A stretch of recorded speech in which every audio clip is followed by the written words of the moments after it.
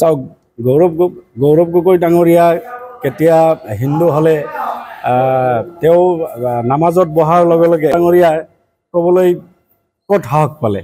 প্ৰথম কথা হ'ল আজমল ডাঙৰীয়াই তেখেতে আপোনালোকে জানে যে তেওঁ সাম্প্ৰদায়িক ৰাজনীতি কৰি তেওঁ এটা সময়ত তেওঁ অসমৰ মুছলমানসকলক ভাগ ভাগ কৰিছিলে।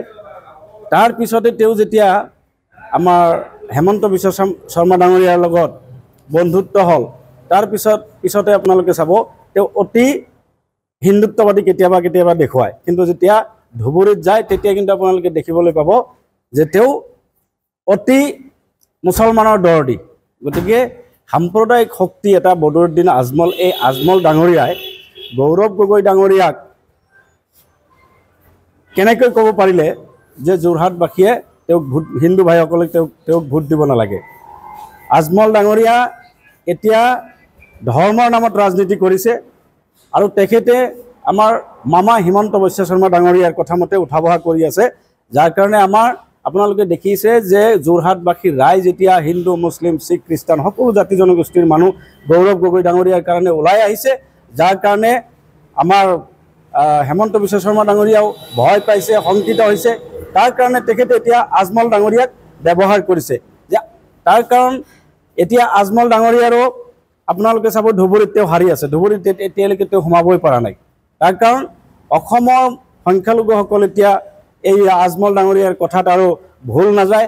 আজমল ডাঙৰীয়া যি সাম্প্ৰদায়িক বীজ অসমত বিয়পাব বিচাৰে সেইটোত এতিয়া ভুল নাযায়। এতিয়া আমাৰ সংখ্যালঘুসকলে বুজি পাইছে, ধুবুৰীবাসীয়ে বুজি পাইছে, গতিকে আজমলকো সোমাব নিদিয়ে। আৰু আজমলৰ আপোনালোকে জানে ৭২ৰ পিছত এটা আবুল তাবুল বকি থাকে, তেওঁৰ এতিয়া যিটো মানসিক ভাৰসাম্যতা সেইটো তেওঁ হেৰুৱাই পেলাইছে।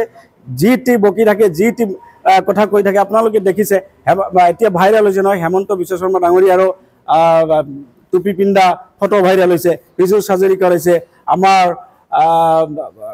সৰ্বানন্দ সোণোৱাল ডাঙৰীয়াৰ ফটো ভাইৰেল হৈছে নামাজ পঢ়ি থকা। কিন্তু সেইবোৰ ফটো কিন্তু তেওঁৰ চকুত মানে দেখা নাপালে আজমল ডাঙৰীয়াই, অকল গৌৰৱ গগৈ ডাঙৰীয়াক চকুত দেখা পালে। তাৰ কাৰণ তেওঁ এতিয়া এইটো মানে আমাৰ অসমৰ ৰাইজে বুজি পাইছে যে তেওঁ অকল হেমন্ত বিশ্ব শৰ্মা ডাঙৰীয়াৰ হৈ কাম কৰি আছে।